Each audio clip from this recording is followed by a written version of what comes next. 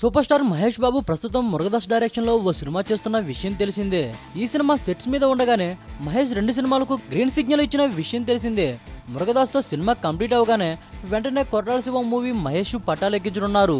అందుకే Koratala free production పనులు pamphlet చేసే పనిలో ఉన్నాడు. భరత్ అను నేను అనే టైటిల్ ని ఫిలిం ఛాంబర్ లో రిజిస్టర్ చేసిన దర్శకుడు ఈ సినిమాని సెప్టెంబర్ 22వ తేదీన విడుదల చేయాలని మొదట ప్లాన్ చేశారు. జనవరి నుంచి సినిమా మొదలై ఉంటే అప్పుడే విడుదలయ్యేది. కానీ మహేష్ 23వ సినిమా షూటింగ్ కొనసాగుతుంది.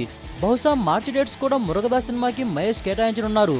కొరటాలతో మూవీ మొదలవడం ఆలస్యం కానుండడంతో విడుదల తేదీ మారింది. 2018 సంక్రాంతికి భరత్ అను నేను రిలీజ్ చేయాలని మూవీ యూనిట్ తాజాగా నిర్ణయం తీసుకుంది. మహేష్ కొరటాల శివ కాంబోలో వచ్చిన శ్రీమంతుడు ఇండస్ట్రీ హిట్ అయింది. దీంతో ఈ కాంబోలో వస్తున్న 2వ సినిమా కావడంతో ఈ సినిమాపై భారీ అంచనాలు ఉన్నాయి.